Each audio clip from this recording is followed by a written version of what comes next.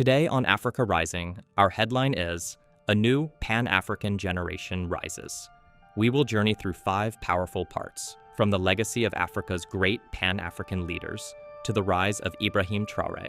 Our enemies are many, and they stand ready to pounce upon and exploit our every weakness. They play upon our vanities and flatter us in every kind of way. They tell us that this particular person or that particular country has greater or more favorable potentialities than the other. They do not tell us that we should unite, that we are all as good as we are able to make ourselves once we are free. Africa once had giants. Kwame Nkrumah, Sekou Touré, Julius Nyerere, Thomas Sankara, Modibo Keita. They were visionaries who dreamed of an Africa free from colonial chains, an Africa united, sovereign, and proud.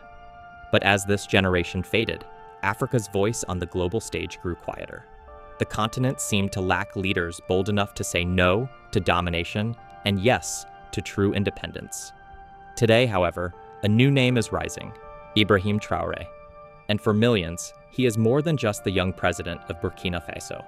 He has become a symbol of an uninhibited Africa, proud, fearless, and determined to chart its own course. Stay with us. This is a story of pride, defiance, and hope. A story of Africa rising. Part 1. A generation of Pan-African heirs. Let's look back. In 1958, Sekou Touré rejected Charles de Gaulle's colonial proposal and declared Guinea free. Nkrumah of Ghana dreamed of a United States of Africa. Nyerere spoke of Ujamaa, familyhood, and unity. Sankara demanded integrity, self-reliance, and revolution. Modibo Keita championed youth and an Africa that stands tall. These leaders were not perfect, but they had one common mission: to break the mental, economic, and political shackles of neocolonialism. Their courage lit the torch of Pan-Africanism. I am not African because I was born in Africa, but because Africa was born in me. Action without thought is empty. Thought without action is blind. It is clear that we must find an African solution to our problems, and that this can only be found in African unity. Divided, we are weak. United, Africa will become one of the greatest forces for good in the world. And now, decades later, Ibrahim Traoré has picked up that torch. Part 2. Ibrahim Traoré, the young face of change. When Captain Traoré took power in September 2022, at just 34 years old, he shocked the world. Many expected another soldier with no vision, but Traoré proved different. He rejected the submissive politics of the past, calling instead for sovereignty, dignity, and self-determination. In every speech, he speaks directly to Africa's youth, tired of waiting, ready to take control of their destiny. I'm a soldier. Soldiers don't negotiate with people trying to compromise their mission. And my mission is African sovereignty, economic, political, and strategic. When I took power in Burkina Faso, I made a promise to my people. No more foreign interference, no more exploitation disguised as partnership. His leadership is not about bowing to foreign dictates. It's about standing tall. Under his rule, Burkina Faso has strengthened South-South cooperation, diversified partnerships, and re-centered national interests above foreign control. And more than policies, Traoré promotes a state of mind, pride in being African, and the courage to believe in Africa's own strengths. Part 3. An Africa that relies on itself. One of Traoré's clearest messages is simple: Africa must believe in itself. He insists that Africans must train, innovate, and control their own resources. In his words, we must produce what we consume and consume what we produce. This echoes the ideals of Thomas Sankara, but it is not nostalgia. In today's world of global crises, food insecurity, and energy struggles, his words are more relevant than ever. Traoré calls for food sovereignty, energy independence, and the end of Africa exporting raw materials only to import expensive finished goods. He is pushing for Africa to control the value chain, from resources to production to consumption.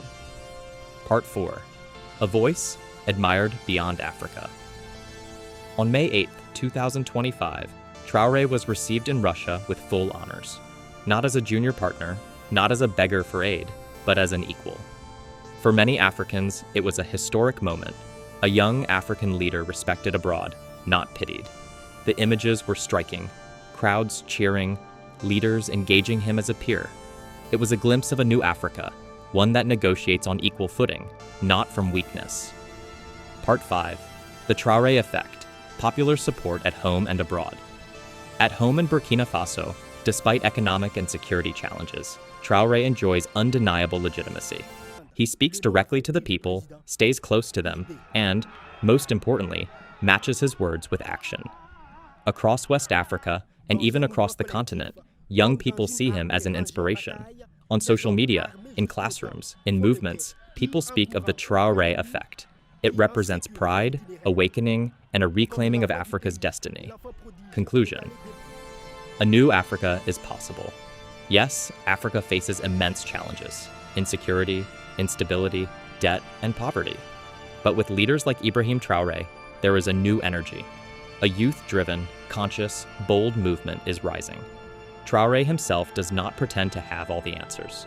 He is not a messiah, but he embodies something Africa has long waited for: a break with dependency, a restoration of dignity, and the courage to say no when others demand submission. After Nkrumah, Sankara, Nyerere, and the great pan-Africanists, Ibrahim Traoré stands as proof that their spirit did not die. It lives on in a new generation. This is Africa rising, an Africa that no longer begs, but negotiates. An Africa that no longer waits, but acts. An Africa that refuses to be a backyard and demands to be a force. The torch has been passed, and Africa is rising once again. This is the African journalist on Africa Rising, telling Africa's story in Africa's voice. Don't forget to like, share, and subscribe, so together we keep Africa rising.